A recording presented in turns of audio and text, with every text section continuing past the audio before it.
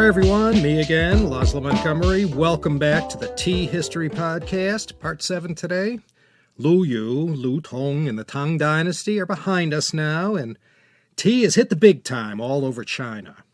In this Part 7 episode, we'll continue looking at the history of tea in China after Lu Yu departed us in his earthly form in the year 804. In the history of tea, as it pertains to Japan, that was a banner year. 804 not only marks the passing of China's great tea sage, two of the more famous and important people in Japanese tea history, Kukai and Saicho, both Buddhist monks, returned to Japan from China with tea seeds and knowledge of tea cultivation and tea rituals and ceremonies. We mentioned Saicho last episode, but Kukai, who didn't get a mention, was no less important. Besides all he did for Buddhism, legend has it that Kukai was also given credit for inventing katakana. That's pretty big. The Japanese emperor at the time, Emperor Saga, quite the sinophile according to the history books, was astounded by this new China beverage and its potential. He'll go down in Japanese tea history as the first Japanese emperor to be served tea. From past CHP episodes, we know the Tang Dynasty didn't last forever and started to break down in the 9th century, finally going down for the count in 907 after a brilliant 289-year run. From the Chama Gudao, going back to the 7th century, coupled with all kinds of advances in tea processing and presentation, tea had evolved into a blockbuster hit with China's neighbors to the north, west, and especially southwest. That's one of the great legacies of tea in the Tang. It was a very big regional trading item. In the 9th and 10th centuries, sailing on the high seas was still only for the most adventurous. Among these were some fearless Arab traders engaged in China trade, sailing small cargo vessels there from the Near East. And some of you may recall the story of the shipwreck discovered in 1998. Indonesian fishermen discovered the wreck of a 50-foot-long Arab dhow called the Jewel of Muscat off Belitung Island. This is an island about halfway between Borneo and Sumatra. The wreck was dated to about 830 CE, Huizong Emperor's time. The wreck contained quite a large collection of Tang Dynasty artifacts. It was called the Tang Treasure. In one single shipwreck, they found gold, silver, and ceramic ware from Changsha, the Ding kilns, and Yueware. One of the bowls was dated 826 CE. If you're ever in Singapore, this is all on display there at the Maritime Experiential Museum. Dingware, or Dingci, came from Dingzhou in Hebei, halfway between Baoding and Shijiazhuang. I think Matt Sheehan used to live there. Dingware was another very popular and in-demand ceramic ware during the Tang, Song, and Yuan periods. Originally, it was kind of a knockoff of the popular white Xingware from around Xingtai, also in Hebei. Not too far, in fact, from where my buddy Pangzai lives, Mr. Liu Shichao. There was a very bloody and gory bridge in between the end of the Tang and the beginning of the Song dynasty. This period lasted from 907 to 960. 53 years of battles and disunity before Zhao Kuang-yin, the last general standing, founded the Song with the capital at Kaifeng, ancient Henan province. Kaifeng was called Bian back then. It was about 1 century since Lu Yu had died when Zhao Kuang-yin, a.k.a. Song Taizu, sat on the throne in Kaifeng, and he ushered in a golden age that many argue was even more golden than the preceding Tang dynasty. As far as tea goes, it certainly was. I know things didn't move as fast back then as they do now, but still, a lot could happen in a century, especially in a place like China. As far as tea was concerned, with so many new tea artisans getting into the game, a lot of progress had been made and a lot of new teas began hitting the market. In the Song, brick tea wasn't so cool anymore. Bricks weren't so cool, but the whole idea of compressed tea cakes were. The Song-era tea cakes would be molded and embossed with all kinds of decorative lucky symbols or Chinese characters, and of course they came wrapped in all these great woodblock printed papers, and they used to do this thing. As a final touch, they'd scent these beautiful tea cakes with camphor wood. It wasn't enough to just make something worthy to be an imperial tribute tea. The way the tea was packaged was also important.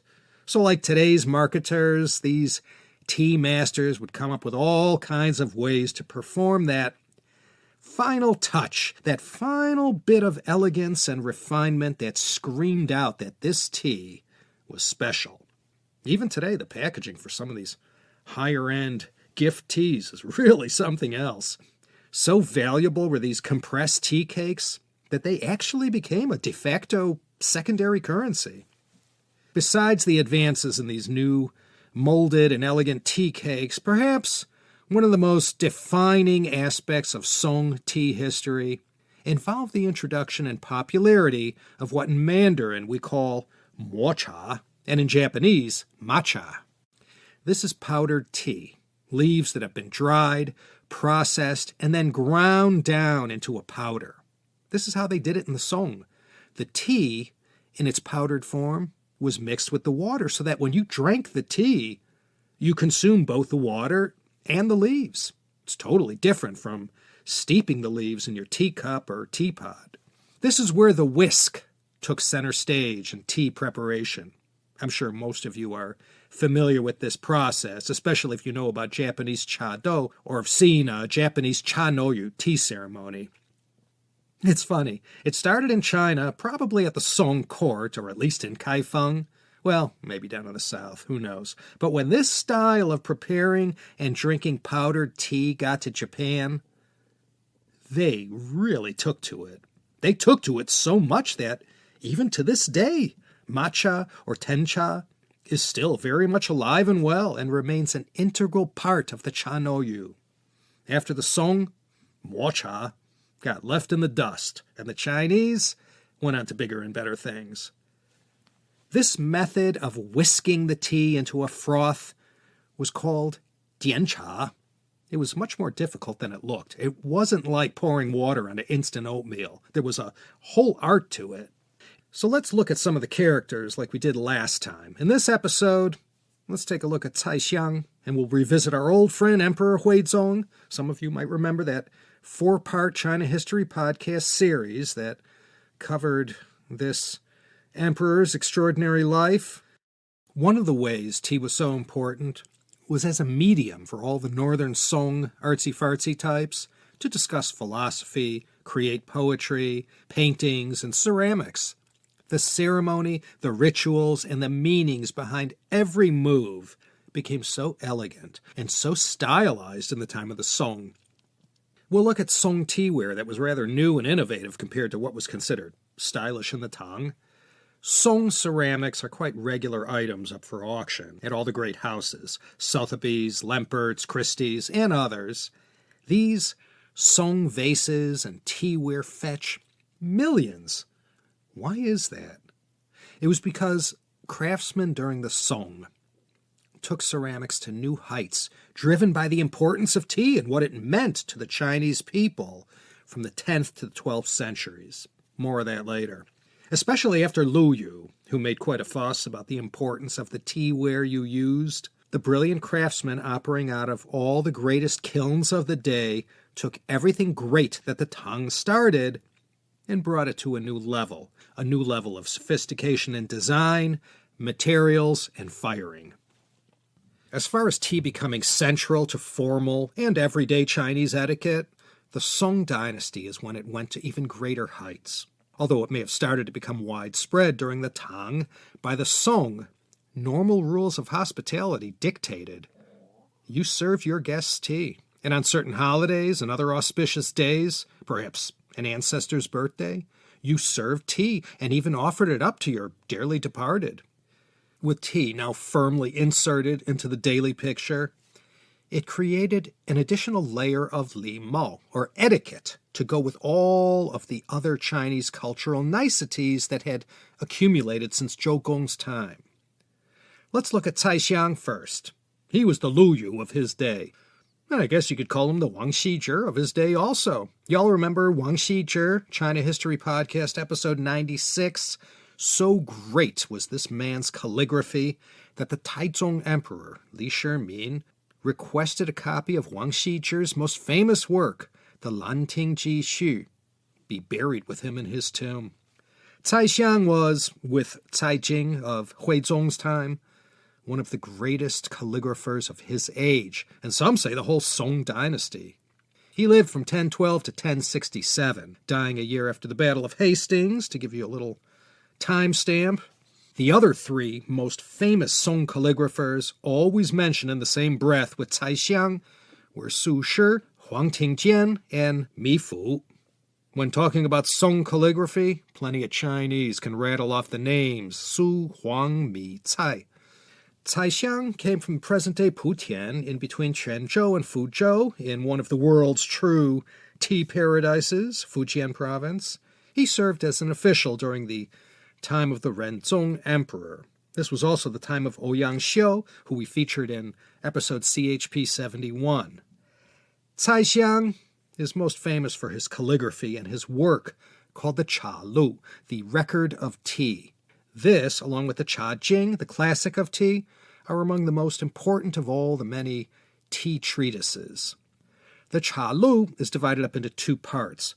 Like the Cha Jing, which Cai Xiang freshened up a little, it adds more narrative to the tools and ways to prepare tea. One thing he was adamant about was to stop impregnating the smell of the tea cakes with this camphor wood. He was a purist, like Lu Yu, when it came to adding stuff to the tea leaves. Both were very strong advocates for drinking tea by itself, without the distractions of additives or scented packaging. The whole fashion of using a bamboo whisk to whip the tea into a froth was an activity that was very popular during the salad days of the Song. I'd go so far as to say that was their signature contribution to Chinese tea culture. The swells of the day in all the great cities famous for high concentrations of literati used to hold these doucha contests. They were also called Mingzhan, or tea wars, Ming being the name chosen for tea instead of cha, and a zhan is a battle. To doucha translates loosely to have a tea struggle or a tea fight. On a simple level, it was sort of like an Iron Chef kind of a contest to see who could prepare the best tea. One would face off against their various opponents, and you'd put that mocha powder in that cup. Then, with a whisk in one hand and a pot of boiled water or ewer in the other, you'd start mixing it up, getting it just right, and then you present your bowl of tea to the judge of the contest. Tea aficionados and everyone in Fujian province might be cringing right now at my completely stripped-down description of Song doucha tea contests. Actually, the whole matter was slightly more complicated. In these doucha events, it wasn't enough just to offer up a tasty drink. The raw material was usually a very high-end tea cake. The contenders would grind their respective tea cakes into a powder using the tea utensils of the day, and then the ground tea powder was placed at the bottom of the tea bowl. Then, using a ewer, a vessel to pour water, with one hand they poured, and with the other hand they whisked. When done upright and whisked perfectly, the froth on the tea was white or greenish white. The judge would then check the whisk and tea utensils for any traces of water left on them. And these amateurs and masters who contended all had their own stylized ways to enhance the whole tea-making experience. And I'm sure when you had all these witty minds in one room together, the poetry, repartee, and wit was probably flying thick and fast. And if you're going to whip that tea up into a nice froth of white or greenish-white color, nothing is going to look better than a lustrous black color tea bowl to complement the tea. That white against black really popped.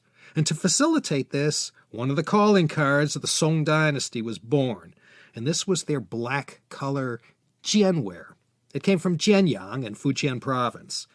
Jianware wasn't all black. little touches of color would be added that inspired poems and made these tea bowls coveted and most sought after by collectors during the Song and 1,000 years later. The most prized decorations were called names like Tuhaojan, or hare's fur, or Daimaojan, or tortoise shell. Zheguban was called partridge feathers. Another popular design was Yodi, or oil droplets. In the Song Dynasty, teaware went from being a utilitarian object to something collectors were willing to pay a lot of money for. By the way, the reason why the Tuhaojan, or hare's fur design, was considered the best was because Emperor Huizong himself said so in his treatise that we're going to talk about next episode. If the jianware was inscribed on the bottom with the words Gong Yu, then that meant the piece was tribute ware and not your average run-of-the-mill stuff. The emperor didn't just get the best tea, he also got the best teaware.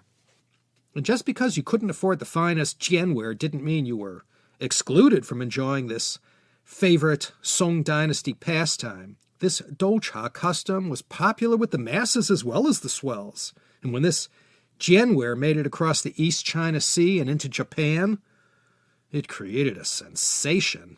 In fact, so much so that whenever I see any black-colored teaware, I instantly associate it more with Japan than I do China. But it all started in the kilns of Jianyang in tea heaven, Fujian province. Some would argue this, but the ceramics from the Song period are the finest and most prized of everything China has ever put out there. We discussed yueware, xingware, dingware, and jianware. There was also another icon of Song ceramics, Qingbai porcelain.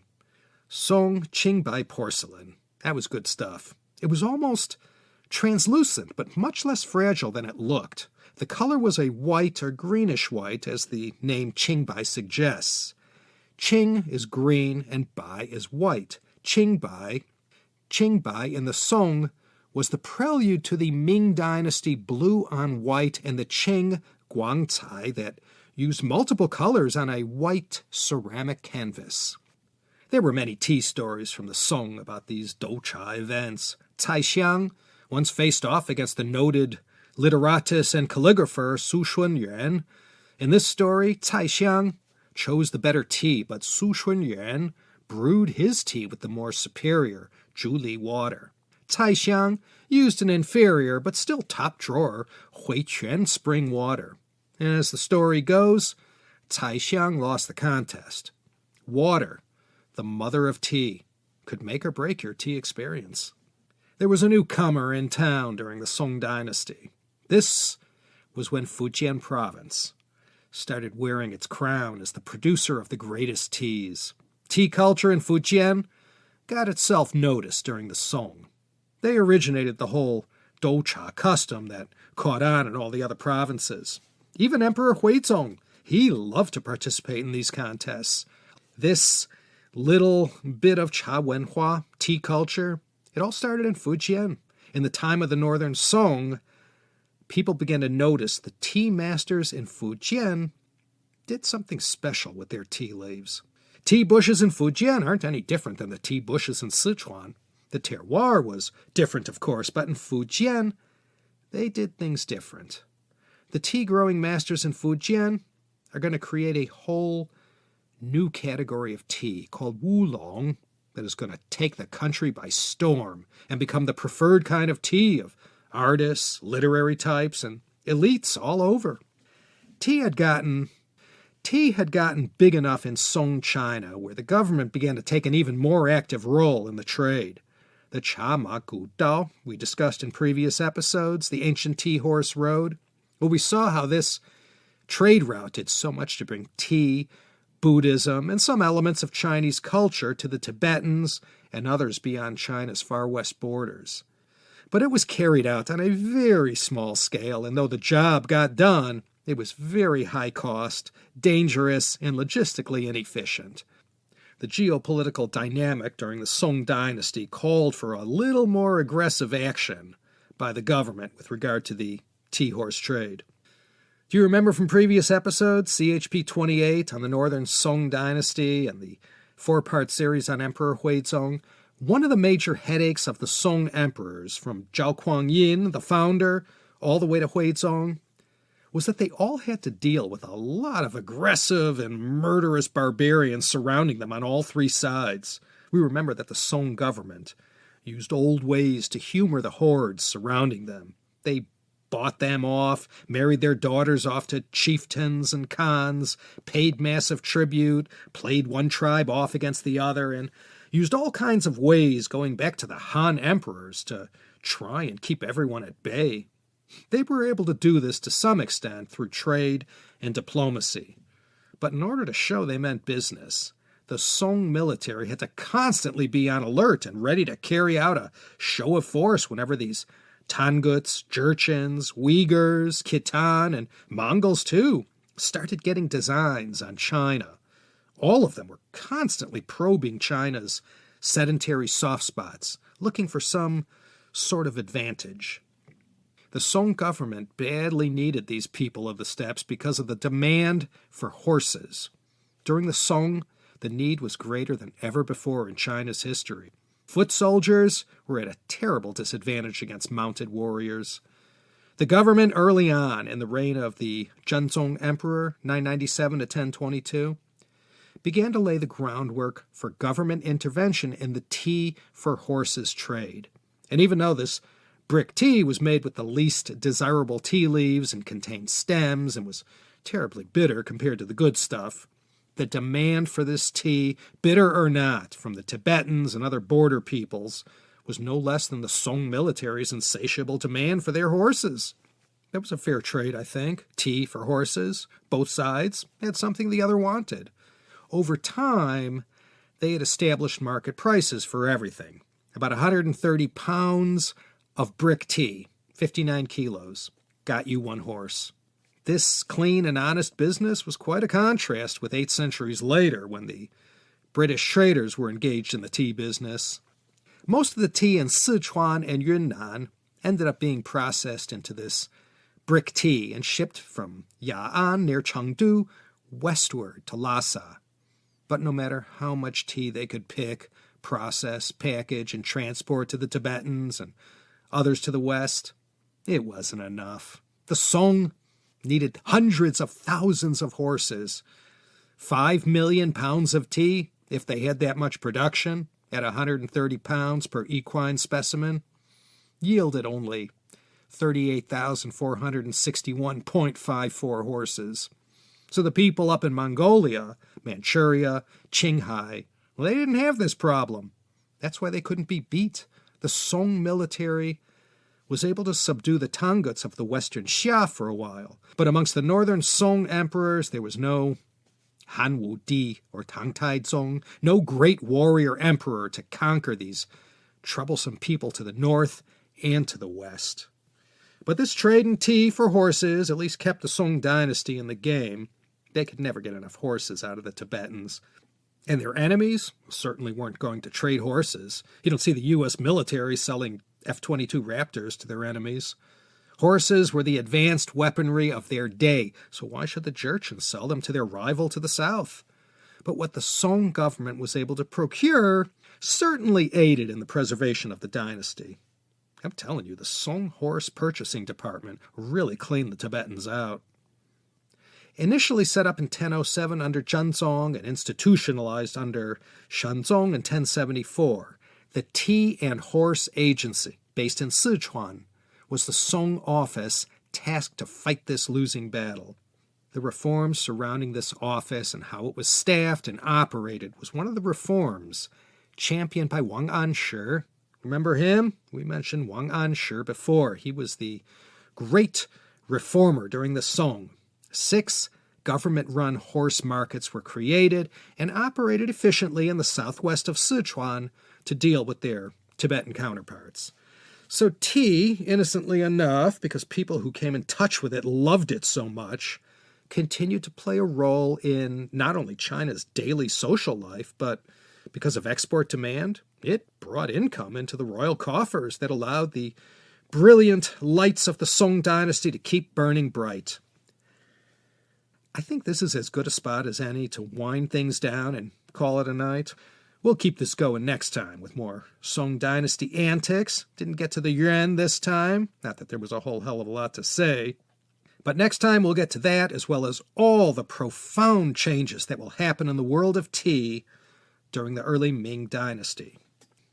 Patreon.com, my friends. That's where you can support me and this humble effort of mine. Join my hundreds of other CHP superfans, admirers, and, well, everyone who feels sorry for me. And donate to your heart's content. Patreon.com/China History Podcast. We're related, don't worry. So please consider. Okay, that's all I got for you this time. Laszlo Montgomery here, signing off from the town they call the city of Los Angeles. Come back next time, you hear, for another full-flavored episode of the Tea History Podcast.